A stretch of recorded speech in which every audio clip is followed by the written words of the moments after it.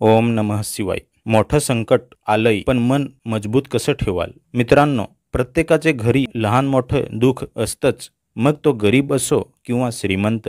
पण कधी आपल्या आनंदी जीवनात मोठी आपत्ती आलीच तर काय कराल? जर संकट आलंच तर अशा वेळी ही 6 गोष्टी करा।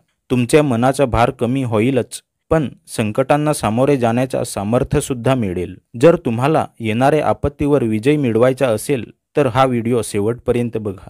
एक छोटं पाऊल रोज। एकदा आपण आजारी पडलो की ते लगेच बरं होत नाही। हळूहळू जसं आपण औषध घेत जातो तसं आपल्याला बरं वाटत जाते। तसंच संकटाचं सुद्धा आहे।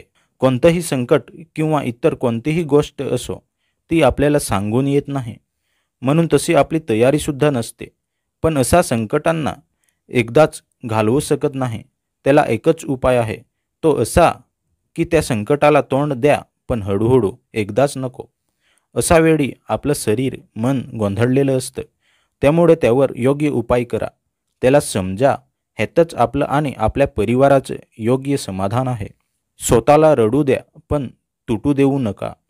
प्रत्येक परिवारात, प्रत्येक समाजात किंवा या जगभरात, श्रीमंत असो वा गरीब, कधी ना कधी प्रत्येकाच्या घरी संकट येणारच आहे। मग त्याला बघून घाबरायचे का? तर नाही। आपल्या घरी नातेवाईकांत कोणी आजारी असेल किंवा कोणी जग सोडून गेलं असेल तर अशा वेळी काय करावं? तर संकट आल्यावर आपल्या मनातील भावना दडपून ठेवू नका। मानवच नाही तर आपल्या जवळ असलेले पशुपक्षीसुद्धा आपल्यापासून दूर गेले की दुःख होतं।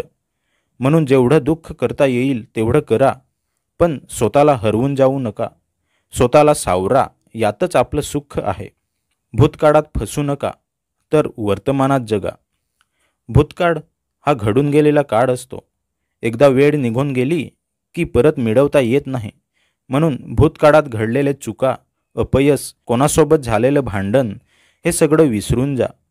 कारण घडून गेलेल्या गोष्टी आठवून आपलंच मन दुखावतं। जे झालं ते झालं, आता वर्तमान काळात जगा।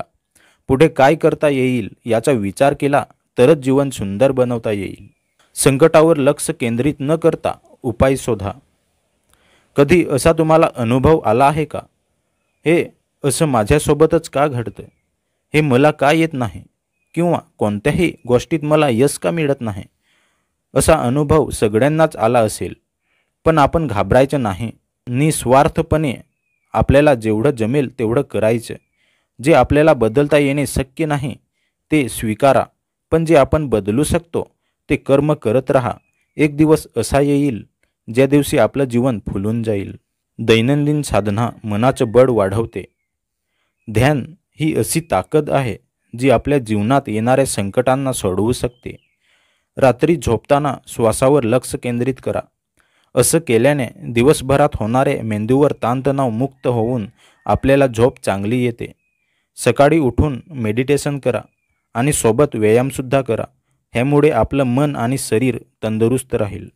संकट म्हणजे परीक्षा नाही तर दिशा। कधीकधी आपल्यावर अचानक संकट येऊन पडतं।